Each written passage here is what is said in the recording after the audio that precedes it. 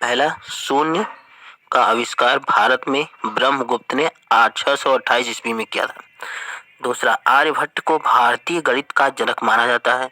आर्यभट्ट को भारतीय गणित का जनक माना जाता है। गणित शब्द ग्रीक भाषा के शब्द मैथमा से बना है। गणित शब्द ग्रीक भाषा के शब्द मैथमा से बना है। शून्य को जोड़ना, शून्य का जोड़ जो होता है वो कैसे जोड़ते हैं?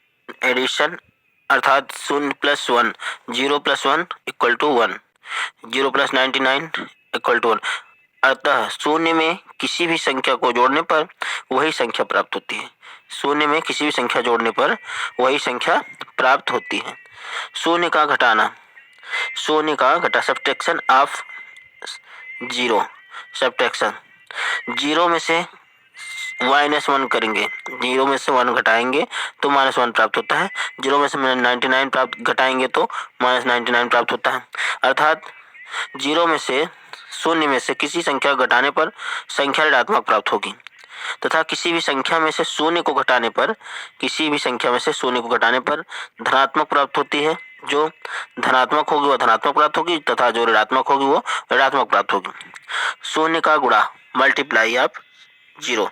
शून्य का गुणा किसी भी संख्या में या किसी भी संख्या से शून्य में गुणा करने पर पूरी संख्या शून्य हो जाती है। किसी भी संख्या में शून्य से गुणा करेंगे तो कोई संख्या, चाहे 1 लाख हो, चाहे 1 करोड़ हो, चाहे 10 लाख हो, कोई भी संख्या हो, अगर उसमें शून्य से गुणा करेंगे तो पूरी संख्या शून्य हो जाती है, 0 हो जाती है। सातवां, शून्य का भाग, डिवाइड ऑफ शून्य। शून्य में किसी भी संख्या से भाग देने पर शून्य ही प्राप्त होता है। शून्य में अगर 0 में किसी भी करोड़, लाख, चाहे जिससे भाग दें वो शून्य ही प्राप्त होगा।